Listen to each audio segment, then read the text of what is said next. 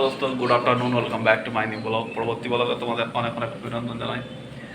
আর ready হয়ে যাচ্ছি, গন্তব্য হচ্ছে একটাই, একটু বাইরে দিয়ে ঘুরে আসি। এই পাশ দিয়ে রেল স্টেশন আছে, তোমরা জানো। একটু ঘুরতে যাবো সেলিনাকে নিয়ে। সেলিনা তো অনেকদিন হলে এসেছে, যাওয়া হয়নি, একটু ঘুরেই আসি। আর আবহাওয়া তো প্রচণ্ড গরম এখন বাড়ির ভিতরে। পানি দাও, জল দিয়ে দিয়েছি, পানি জল না।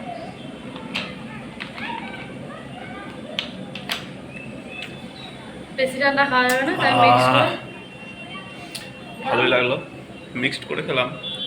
কারণ ডাইরেক্ট তো খাওয়া যাবে না ঠান্ডা পানি, তাহলে শরীর অবস্থা খারাপ হয়ে যাবে, শরীর বেশি গলার অবস্থা। আর ফ্রিজটা তো কিনেছি, তোমরা দেখেছো,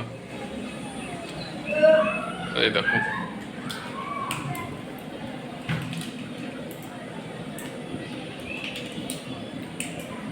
সেলিনা বার করে কি খাচ্ছে বুঝতেই পারছো।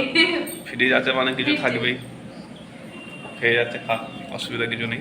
চলো তাহলে ঘুরে আসি একবার বাইরে দিয়ে। হ্যালো দোস্ত, সবাই দেখতেই পাচ্ছ আমরা এসে গেছি অলরেডি স্টেশনে বেড়াতে। এই যে স্টেশন, আমরা প্ল্যাটফর্মে দাঁড়িয়েছি দুজন, বসার জায়গা নেই। বসার জায়গা আছে, এখানে হাওয়া দিচ্ছে প্রচুর, একবারে শেষ প্রান্তে চলে এসেছি, সেই জন্য এদিকে একটু ঘুরতে এলাম। মানে প্রথম দিকেই বসি, একটু শেষের দিকে এলাম এই কারণেই, কারণ এদিকে একটু হাওয়াটা দিচ্ছে ভালো। তোমাদের দেখায় আগে, তার আগে একটা জিনিস, ট্রেন আসছে, একবার দেখো সবাই।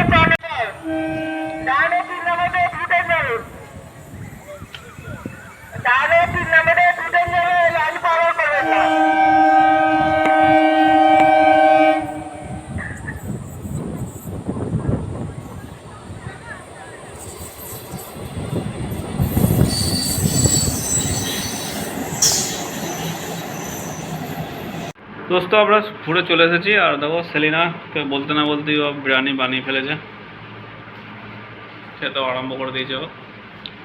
আর শসাটা কেনা হয়নি আজকে, ভুলে গেছি, সেই জন্য এই পেঁয়াজগুলোকে স্যালাড করেছি, বিরিয়ানি করেছে। আর এখন দই ফ্রিজে আছে, থামস আপ আছে ফ্রিজে, বুঝতেই পারছো নতুন ফ্রিজ কেনা হয়েছে তো এখন ফ্রিজ প্যাকড আপ আছে, মানে সব কিছুই ফ্রিজে ঢোকানো আছে। আর যখন করেছে সেলিনা, কিছু করার আর নাই, কারণ খেতে তো হবে, বিরিয়ানি অনেকদিন খাওয়া হয়নি। চলো খেয়ে নিই দেরি না করে, কারণ সামনে বিরিয়ানি করে থাকলে তার বসে থাকা যায় না, সেটা বুঝতেই পারছো তোমরা। চলো।